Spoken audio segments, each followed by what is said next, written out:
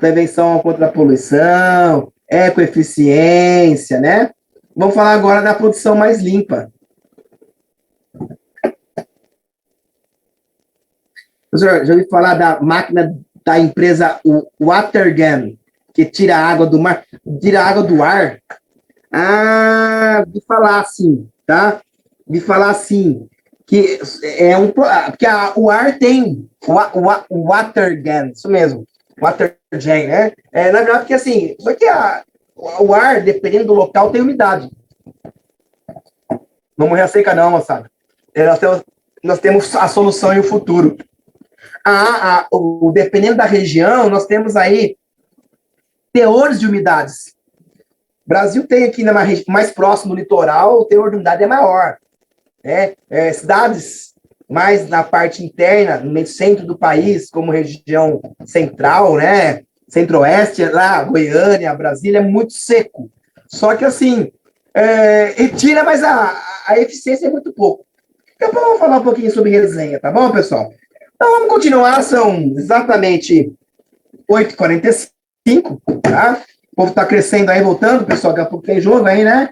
Mas vamos falar então, pessoal, da última ferramenta. Vocês vão ver que a final de tubo fazia a remediação só no final da produção, aí veio a produção a PP2, né? Produção contra a prevenção, que o objetivo era reduzir, eliminar, né, os contaminantes. Foram criados alguns órgãos, gestores, no caso da SCGA, da ISO 14000, né, que são órgãos, são ferramentas que ajudam a minimizar, né, o impacto de uma cidade, de uma empresa, de uma casa, juntamente com a ecoeficiência, reduzir aí a embalagem. A produção mais limpa, o PL, P mais L, foi lançada pela UNEP, United Nations Environment Program, e pela DTE, Division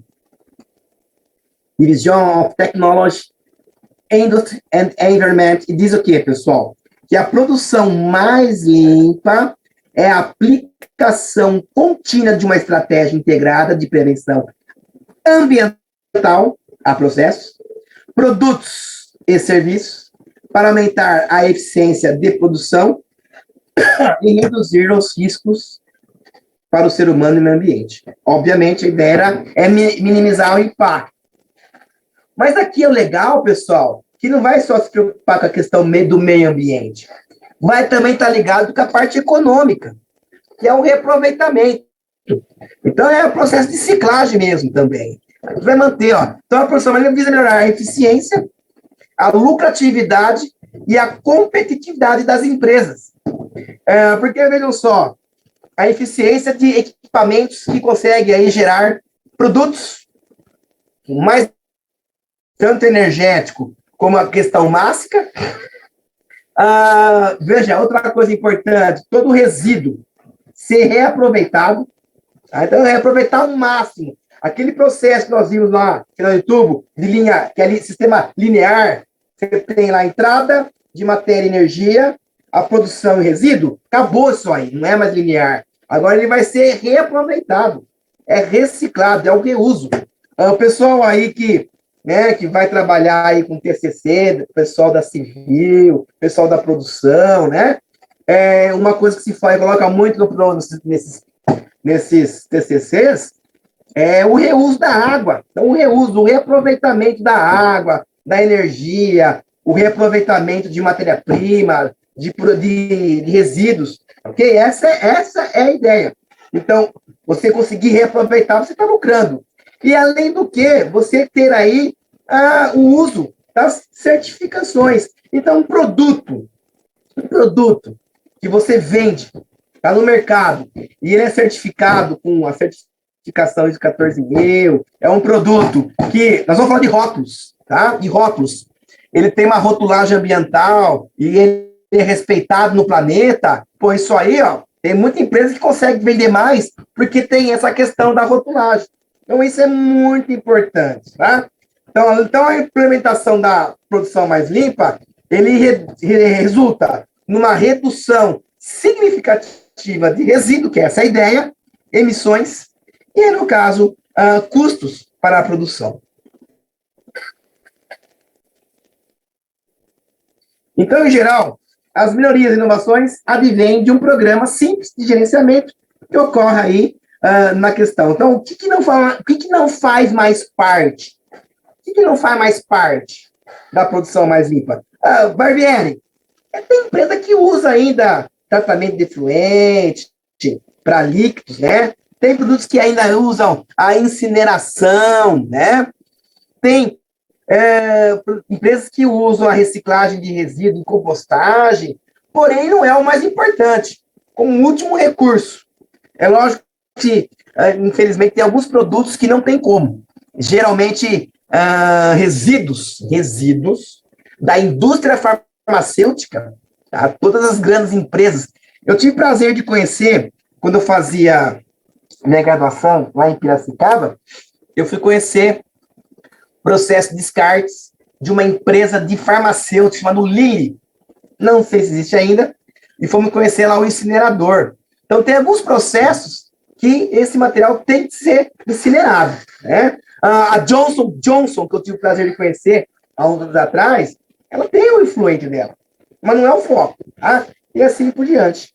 Então, esses processos não implicam a diminuição da quantidade de poluentes da fonte geradora, mas atuam somente de forma corretiva sobre o impacto causado pelo regime geral, do final do tubo. Então, na verdade, pessoal, até usado, mas não é o principal, tá? O principal aqui é você reaproveitar. Olha lá, vejam só. Então, observe que antigamente a gente, olha lá, eu vou voltar no slide, ó, que no começo do final de tubo, olha lá, era isso aqui, ó.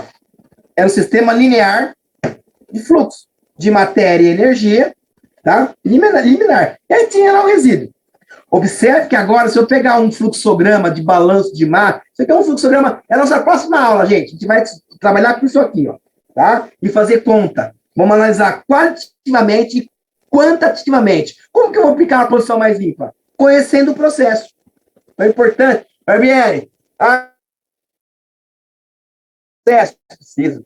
Eu faço em produção. Eu tenho, ó, pra você ter uma ideia, o meu cunhado, o irmão da minha esposa, ele foi meu aluno na Unip, aqui em São José dos Campos, em 2002. Tá? Engenharia de computação. E eu converso com ele muito. Ele mexe com a parte de informática. Mas ele tem trabalhado em umas empresas aqui, em São José, Pindamonhangaba, que para ele implantar lá um processo de automação, um sistema, né, de computação, ele tinha que conhecer o processo. Então é importante o engenheiro conhecer o processo. É muito importante, gente. É muito importante. Tá vendo? Tá na linear. Agora acabou isso. Voltando, ó. Olha lá. Olha só como mudou isso. Tá vendo aqui? Olha só. Energia não é mais ilimitada, não. A energia é limitada. A matéria-prima também não é mais ilimitada como era antigamente. Ela é limitada, ó. Processo 1, produto, reciclagem, né? Reaproveitado, vendo? Ó? Ele é reaproveitado tanto no processo 1 aqui, ó, reciclado, tá? Quem perguntou do bypass, o bypass é um negócio meio que parecido a isso, tá? Aí você tem também aqui, ó lá, processo 2, tá vendo aqui, ó? Ele é reciclado. Dependendo, tem o processo de reciclagem 3, 4, ele é reaproveitado no máximo. Então, qual é a ideia da produção mais limpa? Produzir com pouco, produzir mais. Então, é reaproveitar e evitar o máximo que gere um resíduo e esse resíduo vá para o meio ambiente. Então, às vezes tem processos que é impossível você não gerar resíduos. Então, ó, no finalzinho que você gera o resíduo, aí você aplica o que nós chamamos de final de tudo. Tá? Olha lá, exemplo. Quando você quer eliminar, né? Olha lá, processo de limpeza de couro, de aplicação da produção lima em cortume, que é uma indústria altamente tóxica e danosa para o meio ambiente. Olha lá. Então, você vai pegar lá, vai fazer o couro de uma bolsa, de um cinto, de um couro natural. Tá? Hoje tem sintético. Então, você tem lá eliminação de pelos, lá, digestão com sulfeto e cal. Sulfeto não é fluente, tá? Sulfeto, ele é cancerígeno. Você pode usar o quê, ó? Enzimas. Você pode trabalhar com enzimas biológicas para poder fazer ele comer esse pelinho aí. Depois tem a decalagem, que é a limpeza. Olha lá, o amônia, jogado amônia. Então, aqui, ó, na eliminação vai ter o quê? Enzima faz sabão em pó. Olha lá, tá vendo? Tem gente que entende, olha, essa enzima faz sabão em pó. É um material, enzima, não sei qual que é a enzima que está dizendo aqui, mas aqui ele vai fazer o quê? Ele vai comer o pelinho, olha lá. Não vou ter o sulfeto, aqui eu vou ter sulfeto. A decalagem, que é a limpeza, olha lá, a amônia é altamente, olha lá, usado CO2. CO2. Ah, ó, 2. E aí o curtimento, que é o couro, cromo. Cromo é um metal pesado e cancerígeno. Olha lá, vou ter que usar um outro material. Ó. Tem que usar, não sei qual é aqui, pessoal. Efluente é igual a água residual? Na verdade, o efluente é o... Porque assim, ó, fumos, gases, libera fumos. Então, escapamentos é chamado de fumos. Efluente é quando se fala de líquido. Então, fumos é gases. Ok? Líquidos. Agora, água residual. Então, aí depende. Depende, tá? Depende.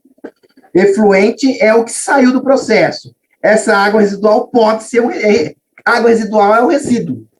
Mas será que esse resíduo é um contaminante? Às vezes é um resíduo de um processo que pode ser usado. Mas tem tudo a ver, sim, tá? Olha lá. Então, lá no Teams, quem quiser... tem um videozinho super legal, não sei se esse aqui, pessoal, que fala sobre a fabricação do cartucho da HP, né? Que eles aplicam um processo de produção mais limpa. Não sei se é esse aqui, ó. Tá lá no Teams, tá? O link. Esse vídeo aqui. Bom, para nós finalizarmos nossa aula, senhoras e senhores, a produção mais limpa, como que é feita essa implementação, né? E olha, não se preocupem não, que semana que vem, na próxima aula, eu vou reforçar isso aí. Como que eu devo fazer para aplicar uma produção mais limpa, né? Então, com o objetivo de reduzir o uso de materiais, energia, reduzindo a quantidade de resíduos, é fundamental que se conheça a indústria, o processo, gente. Se você não conhece o processo, professor Barbieri, eu sou da área de informática, sou da área de TI, vou aplicar um software, vou usar um software lá, eu sou da mecatrônica, eu vou automatizar o processo. Meu, você não consegue automatizar o processo se você não conhecer o que está acontecendo no processo. A Petrobras, por exemplo, tem muito dinheiro mecatrônico, tem muito dinheiro da computação, ok? Que vai lá aplicar o software, o engenheiro mecatrônico, ele vai automatizar a coluna de destilação, mas se ele automatizar lá para fazer o processo de entrada, saída, se ele... Peraí, pessoal, tá vendo uma linha aí? Isso só... Se ele não conhecer todo o processo de entrada do petróleo cru, ele é aquecido, vai ter lá as bandejas, com processo de volatilização, pressão de vapor, naquela coluna vai ser fracionado, vai ser craqueado o meu petróleo, material sólido embaixo, material gasoso no meio, líquido no meio, material gasoso em cima. Se ele não souber o processo, ele não pode montar o processo. O engenheiro ambiental vai aplicar uma produção mais limpa. Se ele não conhecer o processo da indústria, não tem como. Tá? É muito importante conhecer o processo. E acho lindo isso. Eu acho horroroso aquele cara... Outra coisa, ó, a minha esposa é da área financeira. Tá lá na Coca-Cola. Assim, não estou falando dela, mas eu tenho amigos delas que... É o mínimo na área financeira, não importa.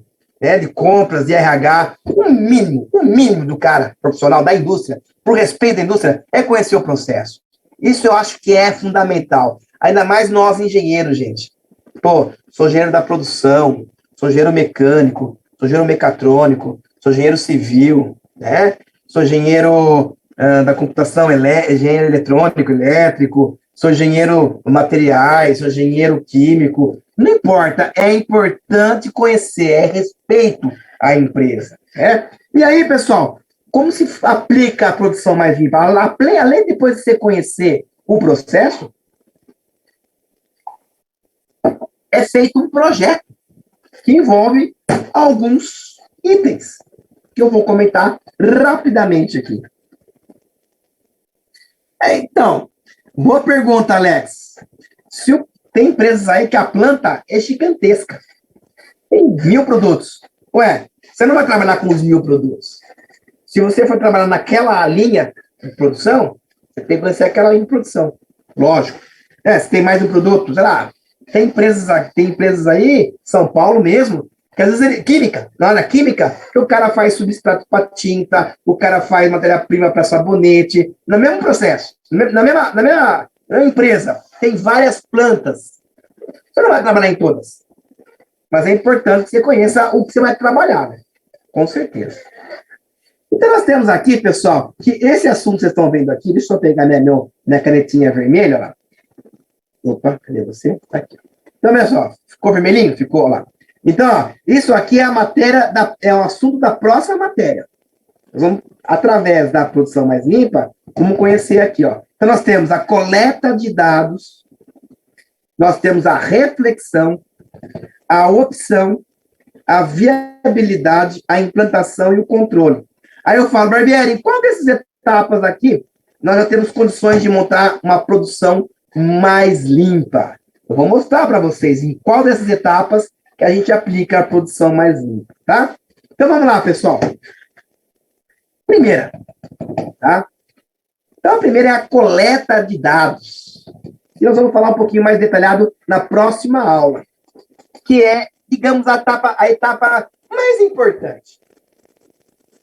Tudo que se for falar de reflexão, opção, viabilidade, implantação, a implantação e o controle vai depender dela. Então, é a parte mais importante, é onde começa, é a parte mais demorada, okay? E nela, para nós entrarmos nela, lá, vendo? Nós temos que conhecer, então, o que está entrando, o que está produzindo e o que está saindo em termos de matéria e energia. Então, é muito importante. Aqui também vai ter a parte de custo. Então, quanto melhores os procedimentos para a coleta de dados, mais fácil será a escolha da produção. Mas então, ela é mais demorada, é a mais importante. Tá? Então, ela é muito importante. Depois de um bom tempo de ter criado esse cara aqui, aí vem a parte da reflexão. Aí, você conheceu a planta. Você está conhecendo, né, o que está entrando, e o que está saindo, e o que está produzindo. Então, através desse processo, vem a reflexão. Por exemplo, qual é a parte do processo aonde está gerando um X, um tal resíduo X? Qual parte do processo que está saindo um outro resíduo? Então, ó, que a empresa gera resíduos? Essa parte é muito importante. Tá?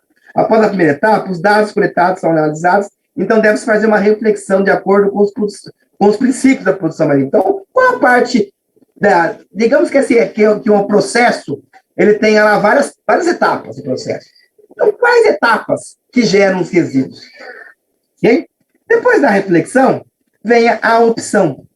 Após a reflexão, após refletir sobre a produção mais limpa, lá, então, nesse momento, pode surgir opções, então, para quê? Reduzir os resíduos na fonte, mudança de materiais tóxicos para materiais não tóxicos, troca de materiais, troca de equipamentos, olha lá. Então, nesse momento, pode surgir opções para reduzir o resíduo na fonte, para mudança.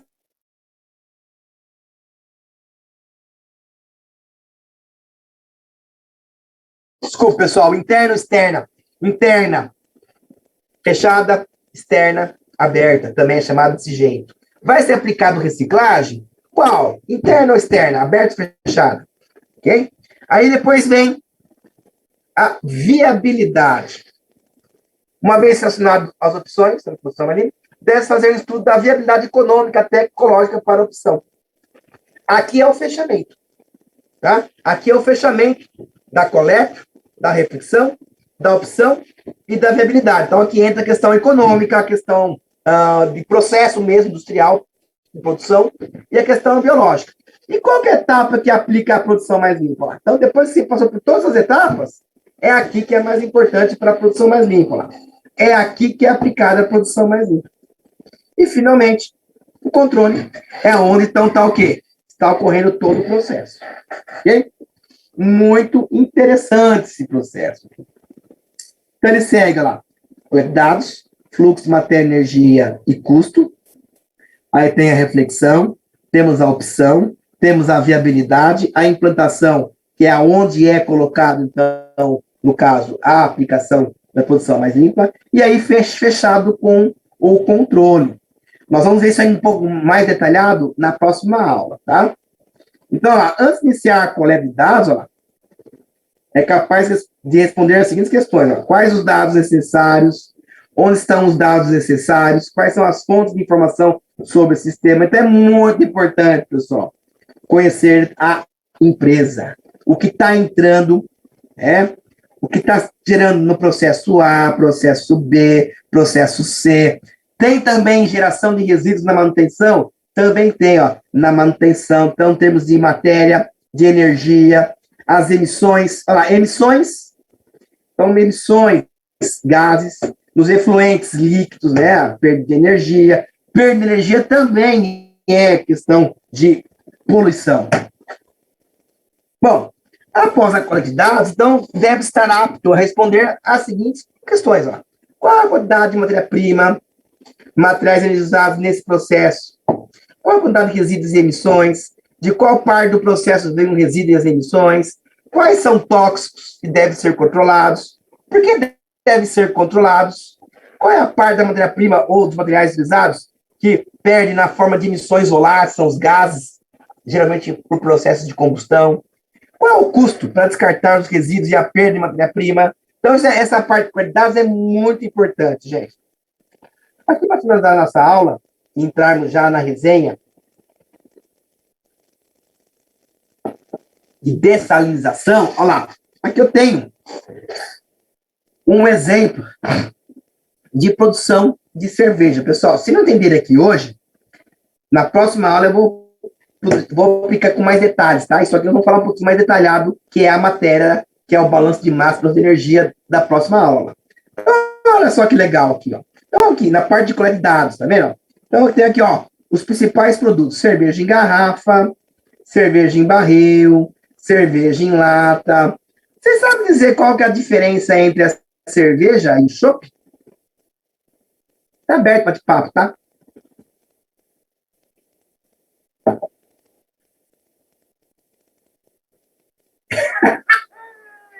Não, gostei. O gosto, a espuma. A espuma. Não, na verdade, não é bem. Tudo bem. O chopp tem, o chopp você pode controlar o preço. O preço sim, preço demais, cara, é impressionante.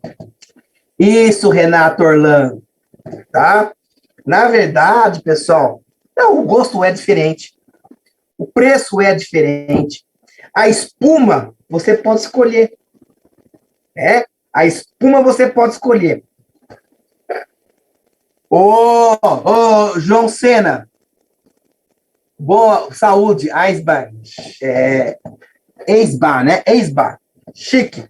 Eu tô na Coca-Cola ainda, gente. Ó, mas eu vou tomar uma também hoje, certeza. Ficar na minha aula. Ó, tomando a Coca-Cola aqui.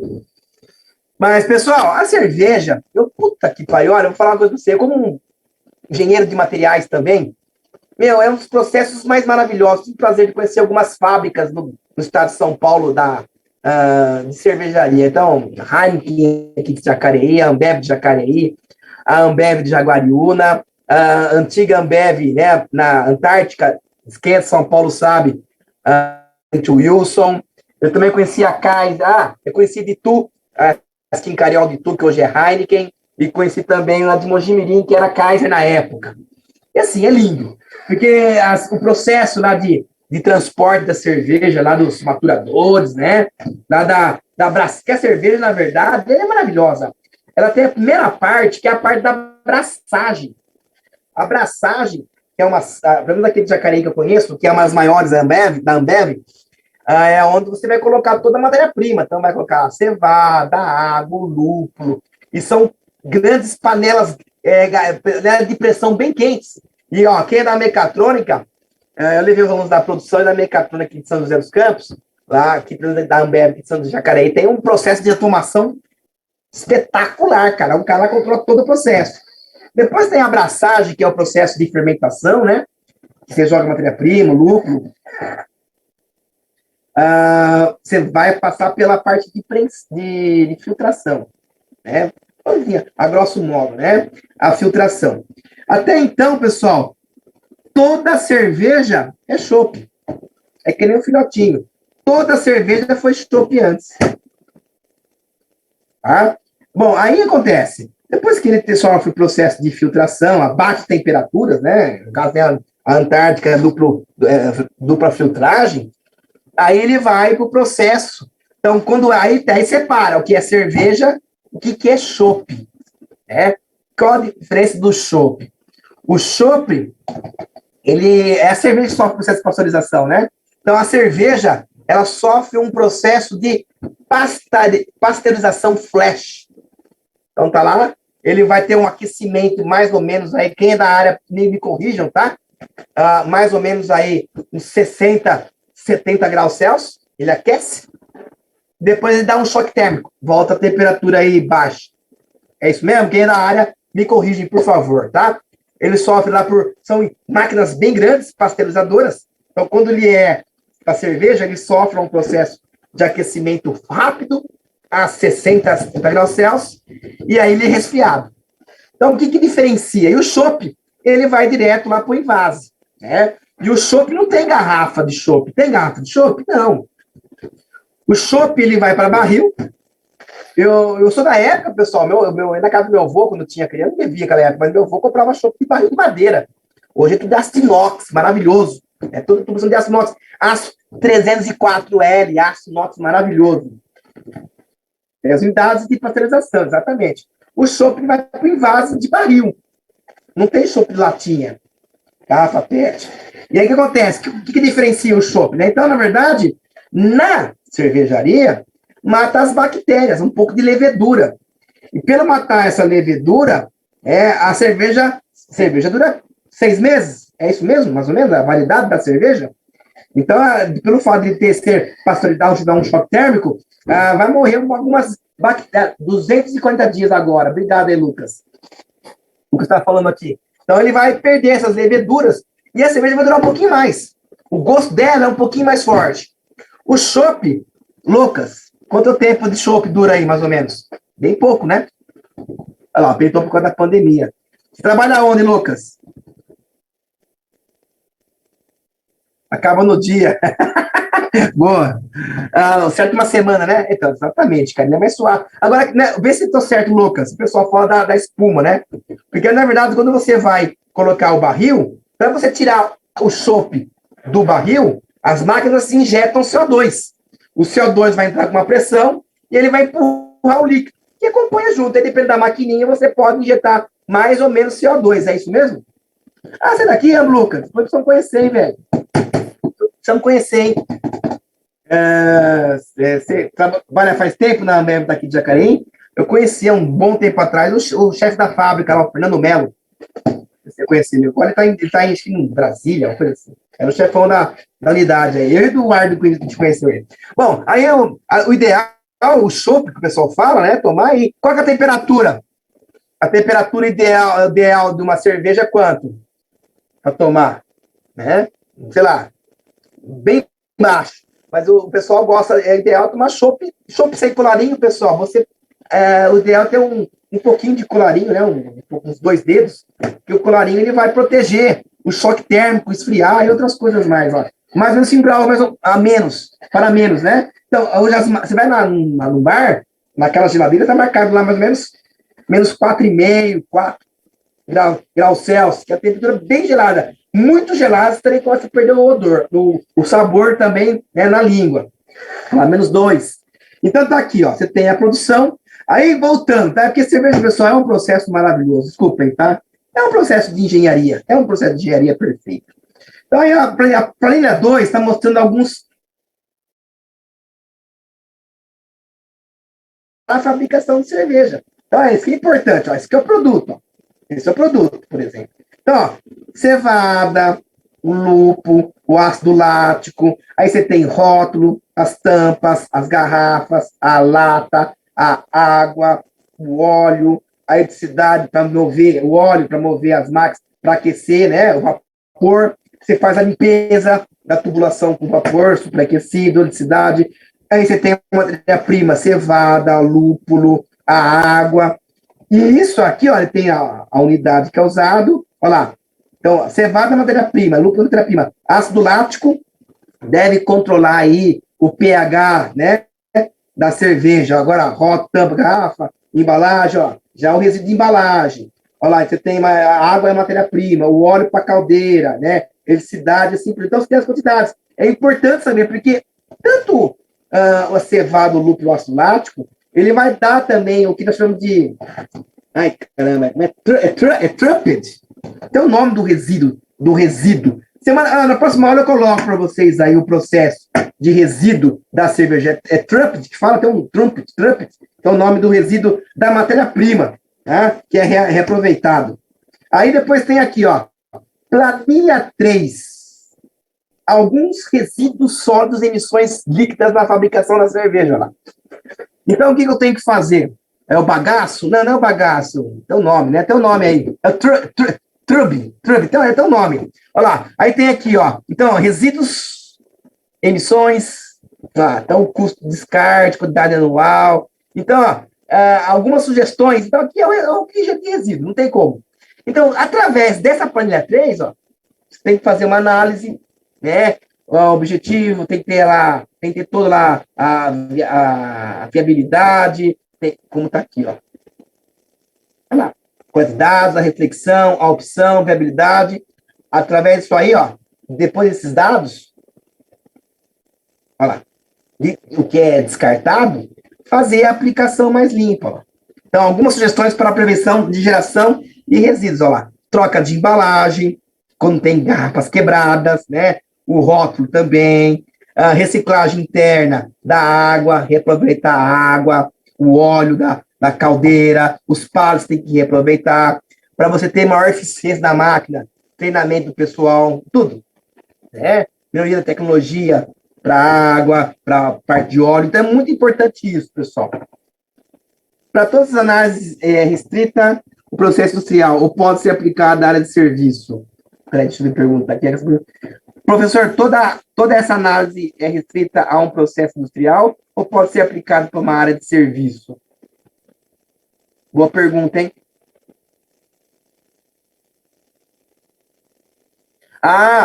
Ô Bruno, se pudesse enfatizar, o Rafael perguntou por que a cerveja em lata é diferente da garrafa. Eu vou te falar mais, hein? Vou te falar por quê, tá? Você já tomou a garrafa PET? Como chama a garrafinha de vidro? Fofinha demais? É teu nome, esqueci o nome. Esqueci o nome. Como chama a garrafinha de vidro, pessoal? Não, litrão. Não, long neck não. KS. Isso, obrigado, KS. Vamos dar exemplo da KS. O litrão.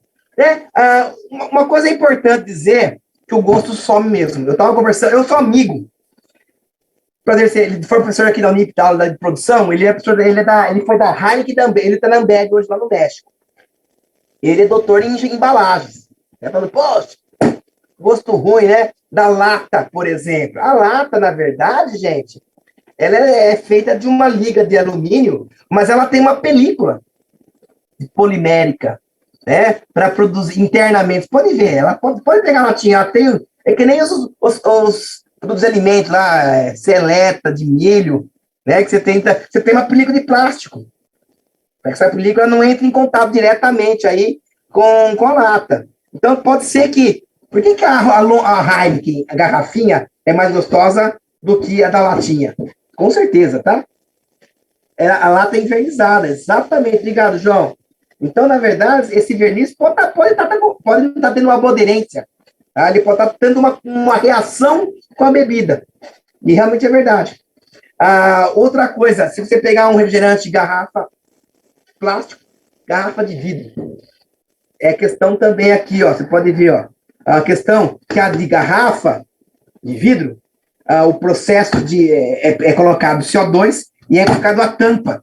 A tampa de metal no vidro, ele consegue fechar mais, vedação é melhor. Agora, essa vedação aqui que vocês estão vendo aqui da garrafa PET de plástico com aqui a tampinha, ela não é tão eficiente, então ela vai ter furos. Então ela é mais choca. Há uma saída do CO2. Essa é a grande diferença. Né?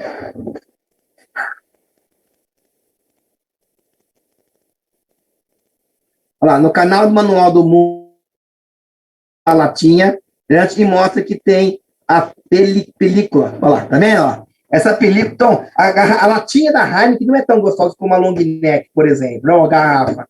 Por causa disso aí, tá? Então tem contaminação, sim. Olha lá, pessoal, alguns produtos para finalizarmos. A Danone lançou aqui em 2000 o I'm Green, que é um plástico, que é a embalagem desse produto aqui, né? Que ele é biodegradável. Então, quando jogado no ambiente, ele vai se decompor mais rapidamente. Pode ter abrasão nela também? Como assim, Lucas? Abrasão é desgaste. O que é? Abrasão do líquido? O que é? Olha lá, o papel higiênico na neve, olha lá, ele praticamente está usando 100% do papel de fibra reciclada. Agora, na Antártida Ambev, ele desenvolveu um PET que pode ser usado para... PET, quando ele é usado para terceiro, ele não pode ser usado para alimento, não pode ser para bebida. Mas eles estão desenvolvendo aqui um produto que consegue, tá? Ó, tá vendo? O cara que entende sabe, ó. Então tem o processo lá de pressão da enchedora, do líquido, do gás, entendi. Super interessante, ó. Olha lá, a linha Elsev, ela reduziu, ó lá. Reduziu, olha lá, o peso da embalagem, ficou mais fino, ó lá. O House também, diminuiu a quantidade de papel para embalagem. Bom, e com isso, pessoal, eu finalizo essa primeira parte aqui. Eu gostaria de finalizar minha aula com uma resenha de dessalinização. Eu vou descompartilhar esse cara aqui, ó. E vou compartilhar um material novo nosso aqui, ó. Deixa eu só abrir aqui.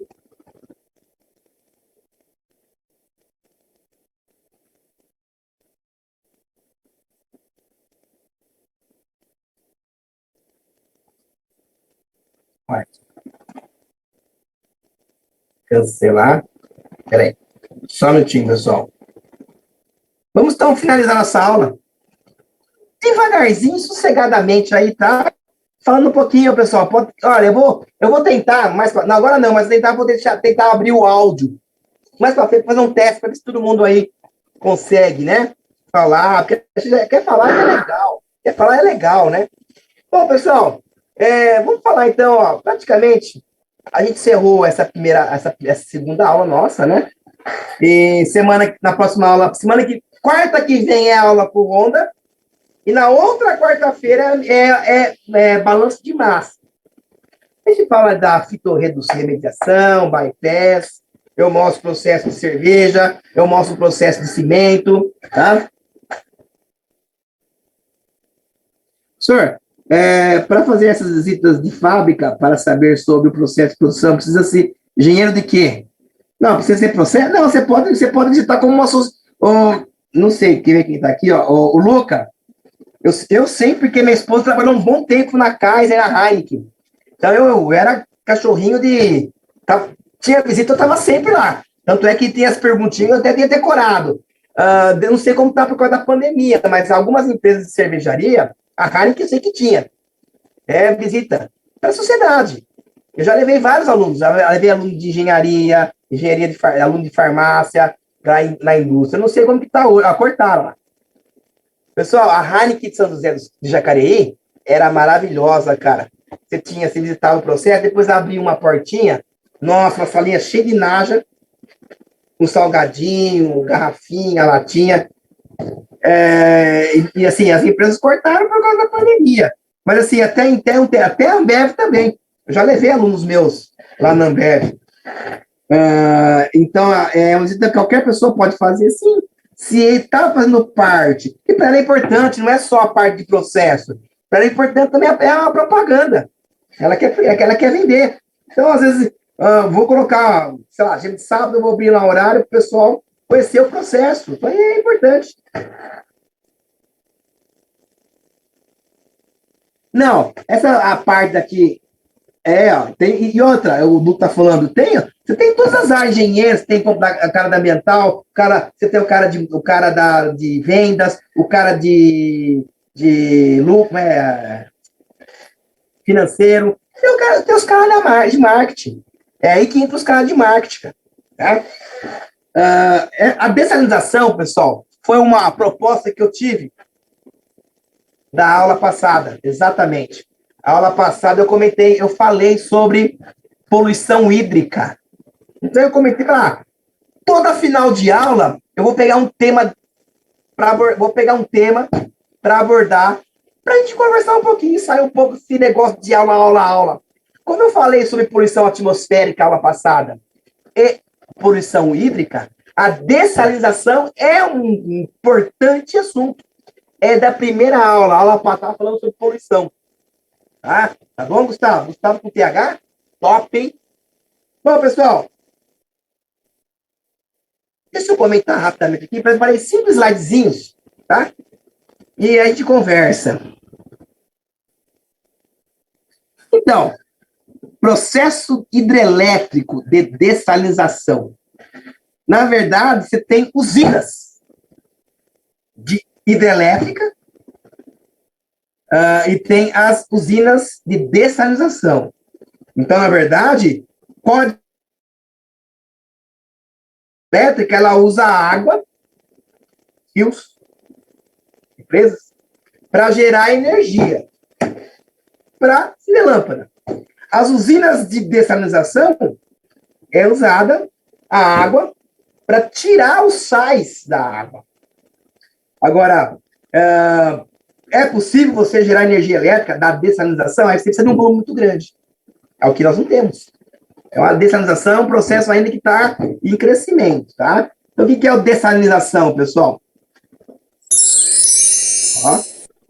Então, com a grande... E olha, isso é sério, tá?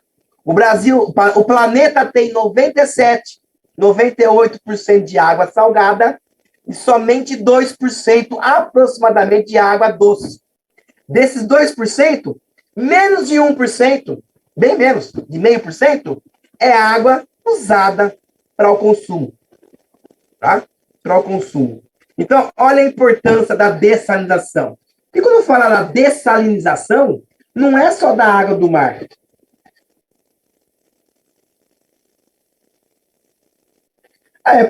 Jairo, é possível.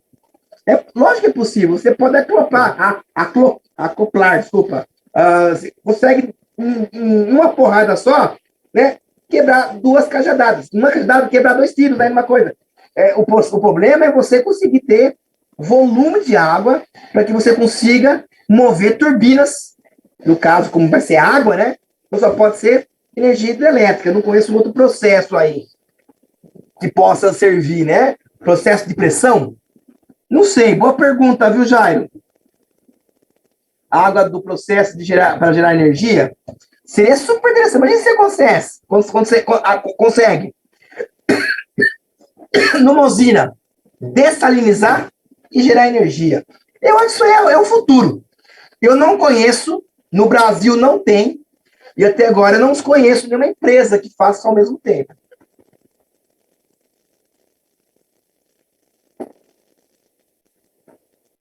Nós temos aí, quem falou da Arábia Saudita? Quem falou da Arábia Saudita está certo, ó. Olha lá. A Arábia Saudita e os Estados Unidos estão entre os países que mais usam essa tecnologia. Exatamente, Caio. São países que têm recursos financeiros, né? São países que estão no meio de pouco recurso hídrico, porque a região não tem muita água, né? Isso é verdade. Então, por fato de ter dinheiro, pouca água, eles são os pioneiros. Se eu não me engano, Israel, essa região aí, não sei se 2020 ou 2021, já tem 100% do uso da água dessalinizada. É muito interessante.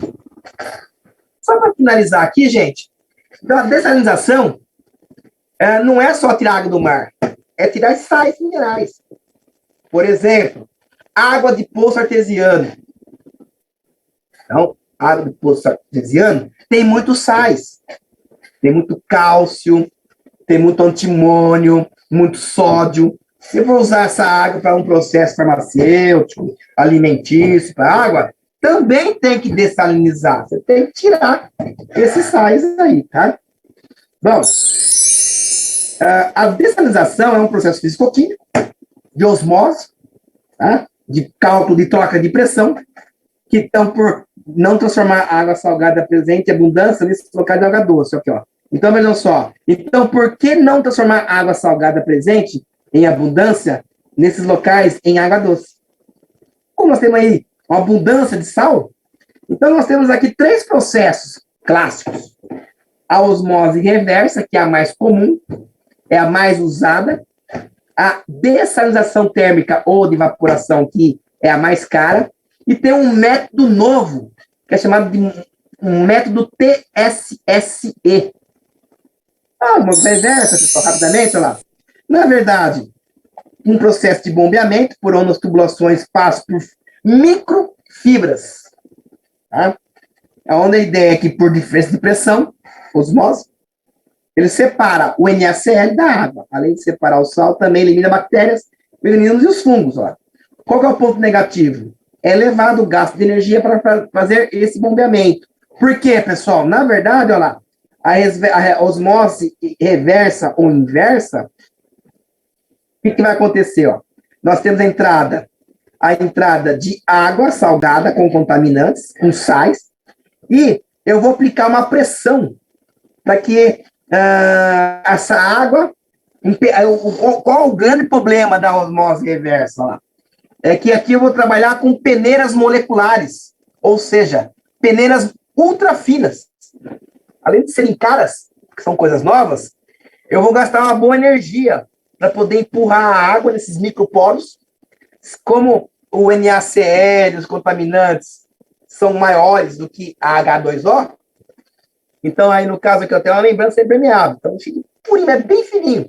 Eu preciso empurrar, bombeamento. Você gasta muita energia para bombear, para empurrar esse cara aqui, ó. Aí eu consigo separar. Tá? É cara mesmo. Uma peneira molecular da última vez que vi custava lá. É isso mesmo aí, Bruno. É coisa de milhões. Por quê? Para você conseguir produzir isso em grandes escalas, bem fininho, é muita tecnologia. Aí tem aqui a evaporação, que na verdade é quase igual ao processo de geração de sal, tá? Olha lá. Começou o jogo de São Paulo, né? Porque avisou meu celular aqui, gente. Bom, e tô dando óculos aqui. Acontece por meio de aquecimento da água do mar, às vezes energia solar, e ela evapora. Tá? Daí a água com aquecimento evapora. Então, a água, por ser mais volátil que o sal, ela evapora, vai criar vapor. Ela vai encontrar, tipo, uma camisa, um processo de resfriamento. É um processo de destilação. É um processo de destilação. Tá? A água isenta de sal, ela vai resfriar e vai condensar. Então, esse processo, o custo é muito elevado, ó, comparado com o processo. E tem esse cara que eu não conhecia, que é o TSSE. É um método criado muito recentemente, até consiste na adição de um solvente na água, que suga a água, mas não sai, e não sai. E no final do processo, a água é separada do solvente. Interessante, ó. Aí, ó, finalizando. Então, quanto custa para dessalinizar a água do mar? Ó? Em média, as estações, geralmente, tratam 2.000 litros por segundo. Razoável. Então, por osmose inversa, que é a mais comum, ó, é apenas $1, R$ 1 para dessalinizar 1.000 litros. Famosa volume do gatinho. Por que do gatinho? Meu! Então, ó, 1 metro cúbico. Água salobra, água com sais, é cerca de R$ 1, tá?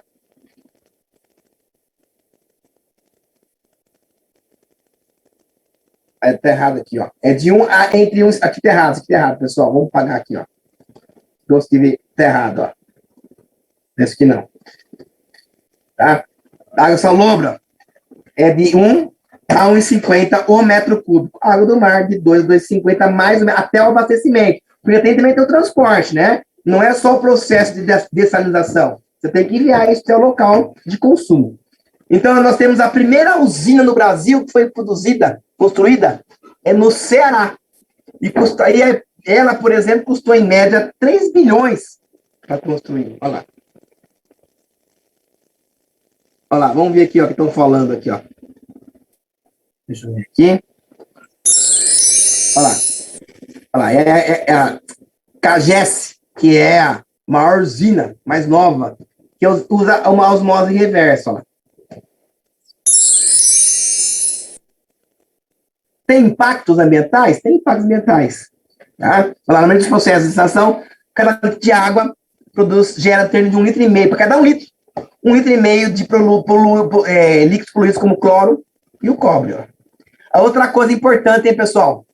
Água quente atrapalha o processo de oxigenação.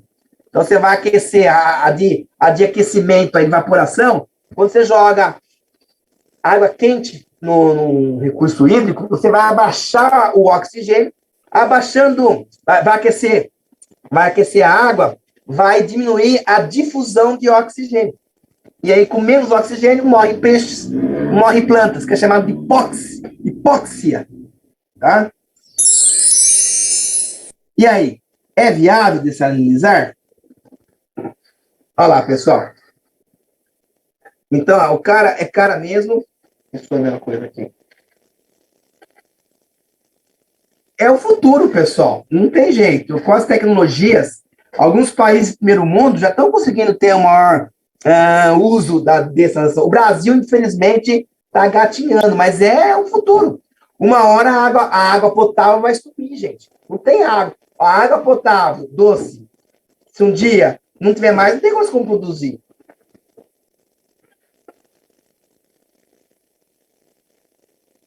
Nossa, o Ricardo, Mar Morto, lá no Oriente Médio, não sei, cara.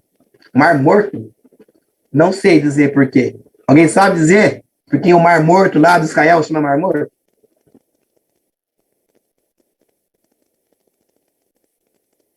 Muito sal, né? Mar Morto é muito sal. Então, pessoal, vamos tentar o seguinte, pessoal. Olha, eu estou finalizando nossa aula, que horas são agora? Eu vou abrir o áudio, hein? Vou tentar abrir o áudio, pode ser? Pode ser? Olha lá, quem quiser, tá aberto o áudio. Se travar, gurizada! Só que sem putaria, tá, moçada? Vamos falar um pouquinho de dessalinização. Quem quiser falar, discutir, por sua experiência, tá aqui aberto, pessoal.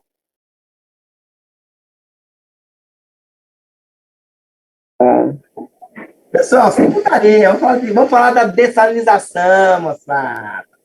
Meu, as gurias, sem conversinha paralela. Mas, se travar, então nosso próximo, só lembrando que nosso próximo encontro é dia... Jacareí aí, ó, meia-lua. Ô, louco, meia-lua. Nosso próximo encontro é dia 8, hein, moçada? É os guris, pai. Seria muito aqui, pessoal. Aqui vai uma pergunta para vocês aí levarem para casa, né? Dessalinizar a água é viável?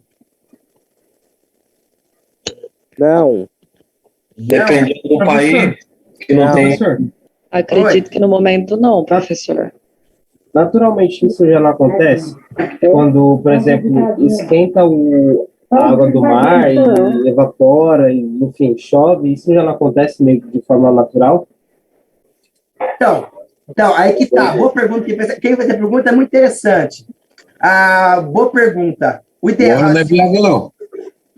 Na verdade, há pesquisas que a temperatura acima de 30 graus Celsius,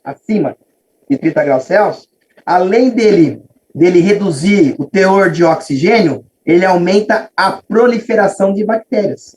Quer ver um processo que é danoso? Lá no Oriente, na Europa Oriental, as usinas hidrelétricas, as usinas nucleares, tá? Lá é gerado vapor. geralmente é descartado essa água quente. É problema, sim. Está acima de 30 graus Celsius, esse é um problema sério. Mortalidade de peixes e algas. Então, em tese, a água da chuva ela não é boa, real. Não por causa que ela meio que limpa o céu da poluição, mas por causa desse processo de... show, massa. No caso, vou ver a água da chuva. Então, Professor, quando você pergunta em dessalinizar a água, aqui no Brasil ou no mundo inteiro, assim, tipo... no Brasil, vamos pensar aqui no Brasil. Sim, porque se for outros países que não tem a água potável assim, é bem viável, igual o pessoal lá e tal. Exatamente, isso mesmo, tá? Como foi falado aqui, Emirados Árabes, lá aquela região do Oriente.